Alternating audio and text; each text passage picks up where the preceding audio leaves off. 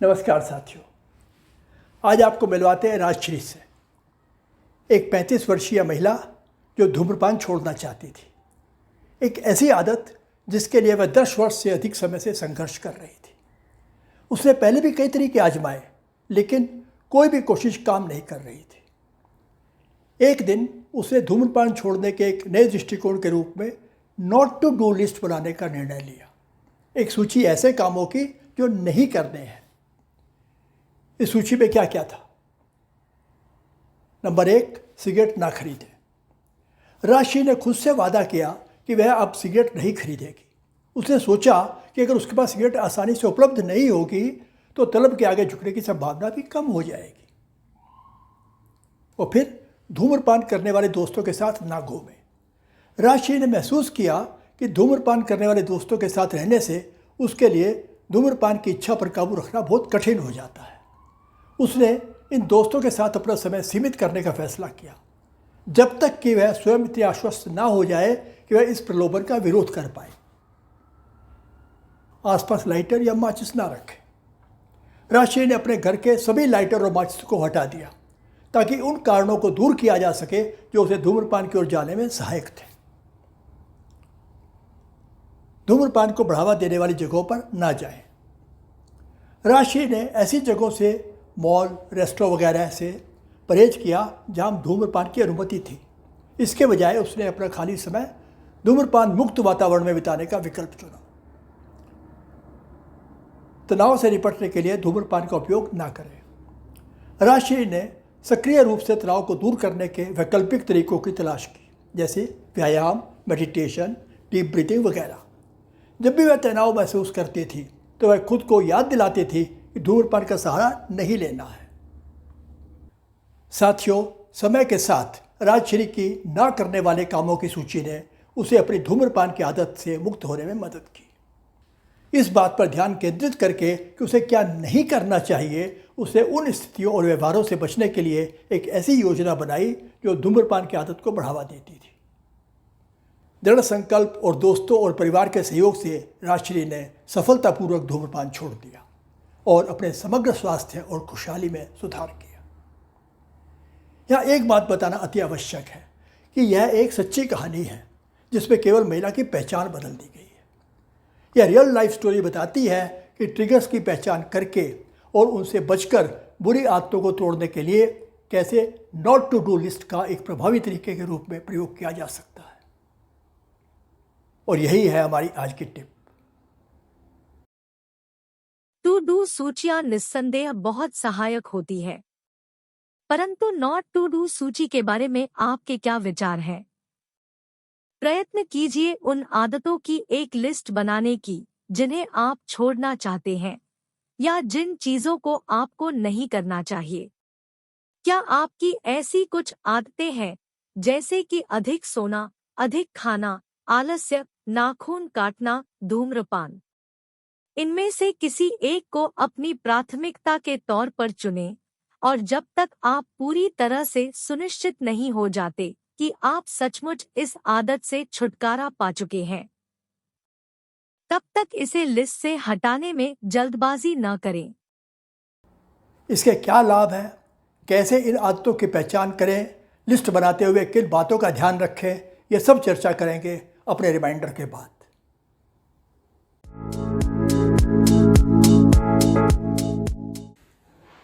इस वीडियो को देखने के बाद आपको जाना होगा अपने नियमित टेम्पलेट पर। यदि आपने वो टेम्पलेट अभी तक डाउनलोड नहीं किया है तो नीचे डिस्क्रिप्शन में दिए गए लिंक से डाउनलोड कर लें, या वैसा ही चार्ट प्लेन पेपर पर या अपनी नोटबुक में ड्रॉ कर लें, जैसे भी ठीक लगे। पर आपकी यही यात्रा शुभ और सफल हो, इसके लिए यह एक आवश्यक कदम है। तो इस वीडियो को देखने के बाद आप करेंगे कुछ आत्मचिंतन, सेल्फ रिफ्लेक्शन, और आज की टिप पर आपकी अपनी क्या सोच है, आपकी क्या राय है, वो इस चार्ट में लिखना है ताकि आप आगे का प्लान बना सकें। प्लान में आपने टिप से आगे बढ़ते हुए उसे अपने एक्शन स्टेप्स में कन्वर्ट करना है। यह समझना भी आवश्यक है कि टिप तो एक होगा, परंतु उसके लिए उठाए गए कदम बहुत से हो सकते हैं। आपके लिए क्या उपयुक्त होगा, यह निर्णय केवल आप ही कर सकते हैं। तो आपको क्लियरली लिखना है कि आप इस टिप को इम्प्लीमेंट करने के लिए क्या स्पेसिफिक कदम उठाएंगे। अगला स्टेप है आपका लक्ष्य यानी टारगेट। आप यह कदम उठाकर कहाँ पहुँचने का लक्ष्य रखते हैं। कहने की आवश्यकता नहीं है कि यह माइलस्टोन बहुत क्लियर और स्पेसिफिक होना चाहिए। अब कहाँ पहुँचना है यह तो निश्चित हो गया, पर कब तक? यदि इसकी कोई तिथि नहीं होगी तो आपके टारगेट का कोई मतलब नहीं रह जाएगा। तो आपको एक निश्चित तारीख तय करनी होगी। और अंतिम सेक्शन है समीक्षा, रिव्यू और आगे की कार्रवाई। यह आपको भी नहीं भरना है। आप कुछ समय बाद यहाँ पर वापस आएंगे अपनी प्रगति देखने के लिए। और जब आप अपना टारगेट अचीव भी कर लेंगे तो भी यह आवश्यक नहीं है कि यात्रा के चरण का अंत हो गया, जब तक आप स्वयं ऐसा निर्णय ना लें। या आप डिसाइड करेंगे कि आपको कोई आगे नया टारगेट, बड़ा टारगेट लेना है या इसे यहीं क्लोज कर देना है। तो समय समय पर आप अपनी प्रगति की समीक्षा करेंगे। ये निर्णय आप स्वयं करेंगे, ऑटोमेटिक नहीं होगा। किसी भी टिप को अच्छी प्रकार समझने के लिए आप किसी ऐसे व्यक्ति से सहायता ले सकते हैं जिस पर आपका विश्वास हो। यदि यह संभव नहीं है तो भी चिंता की कोई बात नहीं। अपने प्रश्न, अपनी शंकाएं वीडियो के नीचे कमेंट सेक्शन में जाकर लिखिए निसंकोच। आप सभी के प्रश्नों का उत्तर देने की पूरी कोशिश की जाएगी। और यदि आपको लगता है कि कोई टिप आपके लिए एप्लीकेबल नहीं है या आप उस पर कोई विशेष योजना, कोई स्पेसिफिक प्लान बनाने की स्थिति में नहीं हैं, तो बस पहला सेक्शन इस टिप पर मेरी समझ और विचार में अपने विचार भरें और आगे बढ़ जाएं। क्योंकि हो सकता है यह टिप आपके लिए आज प्रासंगिक ना हो, परंतु भविष्य के गर्त में क्या छिपा है यह तो कोई नहीं जानता। वैसे भी अपनी यात्रा में अक्सर आपको पीछे मुड़कर देखना चाहिए और अपने पहले के कार्यों की समीक्षा करनी चाहिए और संशोधन करना चाहिए। इसलिए ज़रूरी है कि प्रति सप्ताह कम से कम अपनी समझ और विचारों को रिकॉर्ड करके ही आप आगे बढ़ें।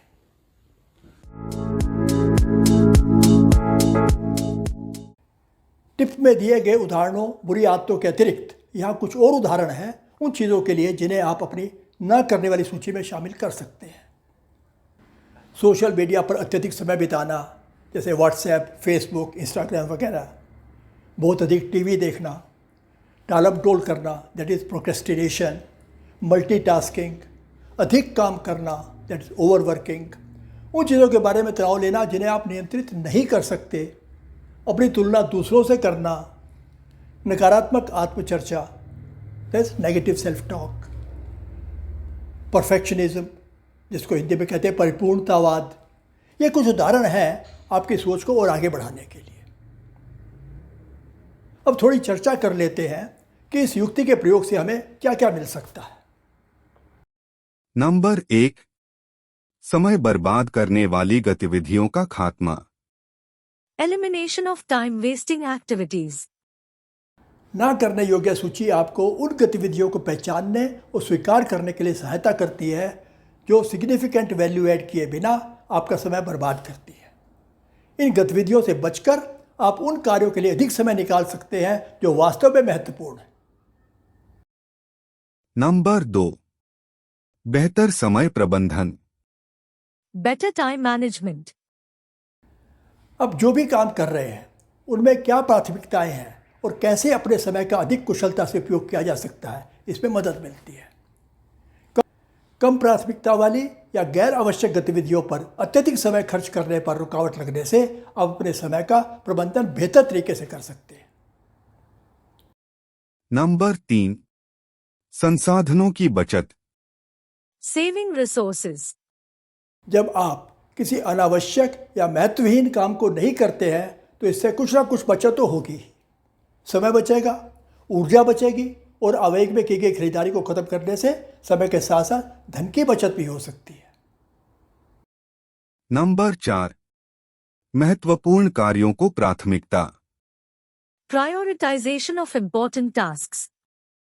कभी कभी हम उलझ जाते हैं गैर जरूरी या कम प्राथमिकता वाले कामों में। ना करने योग्य कार्यों की सूची बनाने से आप इस जाल में फंसने से बचते हैं। आपका ध्यान उन कार्यों पर केंद्रित रहता है जो आपके लक्ष्यों के अनुरूप हों। नंबर 5, प्राथमिकता को सरल बनाता है। Simplifies prioritization. एक ना करने वाली सूची आपके एजेंडे में क्या नहीं होना चाहिए, इसके लिए एक स्पष्ट रूपरेखा प्रदान करके आपकी टू डू सूची को पूरक बनाती है। यह चुनना सरल हो जाता है कि आपका ध्यान कहाँ लगाना है। नंबर 6, उत्पादकता में वृद्धि।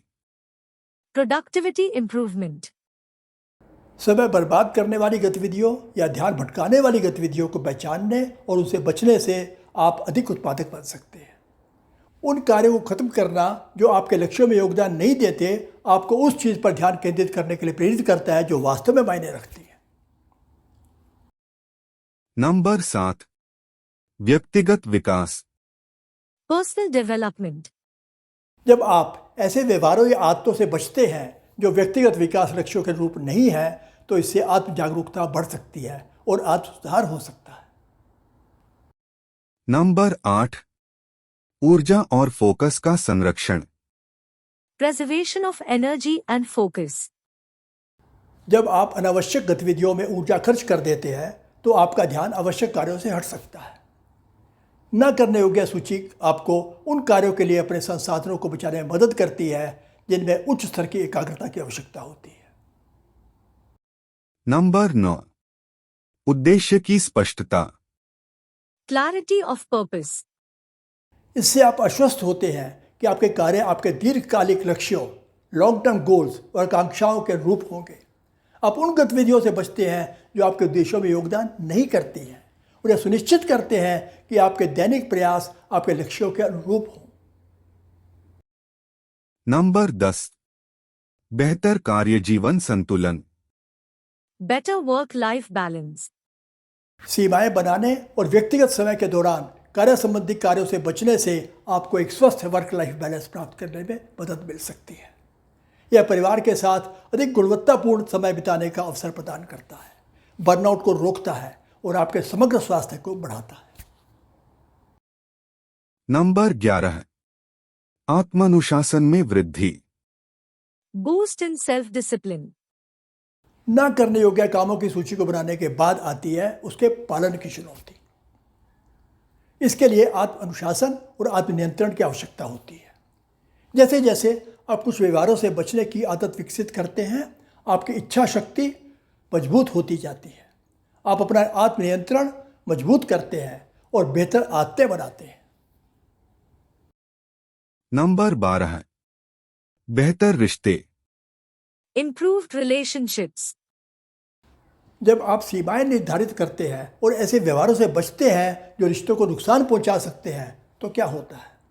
निस्संदेह आपके रिश्तों में संतुलन बना रहता है। आपके रिश्तों में गहराई आती है क्योंकि आप अपने साथी या परिवार के सदस्यों के साथ अधिक समय बिता सकते हैं, अधिक संवाद कर सकते हैं। नंबर 13, चिंतन को प्रोत्साहित करता है। Encourages reflection. ना करने योग्य सूची बनाना आपको अपनी आदतों और व्यवहारों पर चिंतन करने के लिए प्रेरित करता है। यह आत्म जागरूकता आपको अवसर देती है कि आवश्यकता पड़ने पर सोच समझ कर अपने कार्यों का चुनाव करें और आवश्यकता अनुसार बदलाव करें। नंबर 14, निरंतर सुधार को बढ़ावा। Fosters continuous improvement. आपकी ना करने वाले कामों की सूची परमानेंट नहीं है। यह तब विकसित होती है जब आप उन आदतों या गतिविधियों की पहचान करते हैं जिन्हें समाप्त करने की आवश्यकता होती है। इस सूची की नियमित समीक्षा और अपडेशन करते रहने से निरंतर आत्म सुधार को बढ़ावा मिलता है। नंबर 15, तनाव में कमी। Reduction in stress. यह जानने से कि क्या नहीं करना चाहिए, तनाव और निर्णय की थकान को कम किया जा सकता है। यह लोगों को पूरे दिन कम विकल्प चुनने की अनुमति देता है, जिससे मानसिकता अधिक आरामदायक और केंद्रित होती है। साथियों, यह कोई तकनीकी खराबी नहीं है, सिर्फ आपको याद दिलाना था कि यदि आपने अभी तक इस चैनल को सब्सक्राइब नहीं किया है तो तुरंत कर लें। इसका कोई शुल्क नहीं है। नोटिफिकेशन ऑन कर दें, शेयर करके और लोगों को इस यात्रा में शामिल करें और हाँ, इस वीडियो को लाइक करना ना भूलें। बहुत बहुत धन्यवाद। साथियों, आशा है कि इतने सारे लाभ सुनकर आप प्रभावित हुए होंगे। आगे बढ़ने से पहले एक महत्वपूर्ण दृष्टिकोण को समझ लेते हैं। जेम्स क्लियर अपनी पुस्तक एटॉमिक हैबिट्स में बताते हैं कि किसी भी बदलाव की 3 परत होती है। पहली परत है परिणाम को बदलने की। परिणाम जैसे वजन कम करना, सुबह जल्दी उठना, कोई चैंपियनशिप जीतना, यह दर्शाता है निर्धारित लक्ष्य। दूसरी परत है प्रक्रिया को बदलने की। प्रक्रिया जैसे जिम में एक नियमित दिनचर्या लागू करना, सुबह का एक रूटीन बनाना, बेहतर वर्क फ्लो के लिए अपने डेस्क को व्यवस्थित करना। आपके द्वारा बनाई गई अधिकांश आदतें इस स्तर से जुड़ी होती हैं।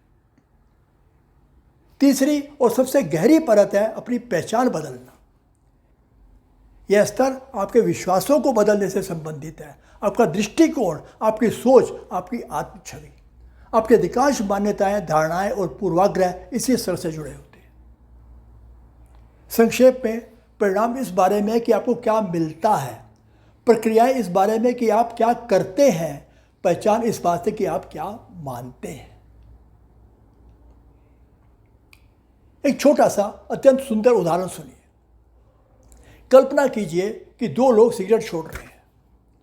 जब धूम्रपान की पेशकश की जाती है तो पहला व्यक्ति कहता है, नहीं धन्यवाद, मैं सिगरेट छोड़ने की कोशिश कर रहा हूँ। यह एक सामान्य प्रतिक्रिया की तरह लगता है, लेकिन वह व्यक्ति अभी भी मानता है कि वो एक स्मोकर है जो कुछ और बनने की कोशिश कर रहा है। दूसरा व्यक्ति यह कहकर मना कर देता है कि नहीं धन्यवाद, मैं सिगरेट नहीं पीता। यह एक छोटा सा अंतर है, लेकिन उसका यह कथन उसकी पहचान में बदलाव का संकेत देता है। स्मोकिंग उसके पूर्व जीवन का हिस्सा था, वर्तमान का नहीं। वो अब अपनी पहचान धूम्रपान ना करने वाली व्यक्ति के रूप में देखता है। अब इस चीज़ को ध्यान में रखते हुए आप आगे बढ़ें अपनी नॉट टू डू लिस्ट बनाने के लिए।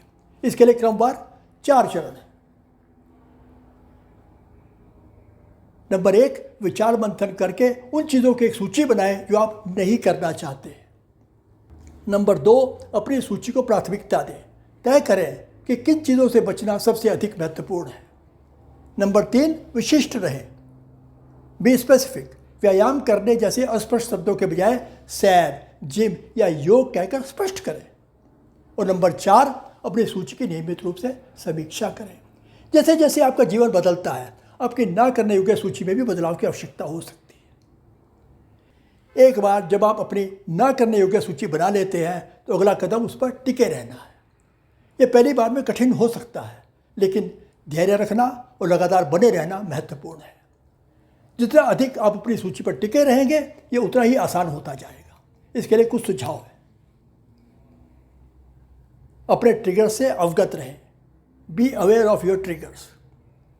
वे कौन सी चीज़ें हैं जो आपको वो काम करने के लिए प्रेरित करती हैं जिन्हें आपको ना करने वाली सूची में रखा है। एक बार जब आप अपने ट्रिगर्स को जान लेते हैं तो आप उनसे बचना शुरू कर सकते हैं, जैसा हमारी आज की कहानी में राजश्री ने किया। यथार्थवादी अपेक्षाएं निर्धारित करें। Set realistic expectations. परफेक्ट होने की आशा मत करें, यथार्थवादी बने।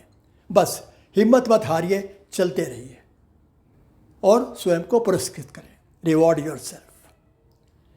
जब आप अपनी ना करने वाली सूची पर कायम रहते हैं तो अपने आप को उस चीज़ से पुरस्कृत करें जिसका आप आनंद लेते हैं। इससे आपको प्रेरित रहने में मदद मिलेगी। मित्रों, ना करने योग्य कार्यों की सूची बनाकर आप अपना समय और ऊर्जा उन चीज़ों पर केंद्रित कर सकते हैं जो आपके जीवन में सबसे बड़ा अंतर लाएंगी। तो बस अब इस सप्ताह कीजिए इस टिप पर काम। अगले शनिवार तक के लिए नमस्कार।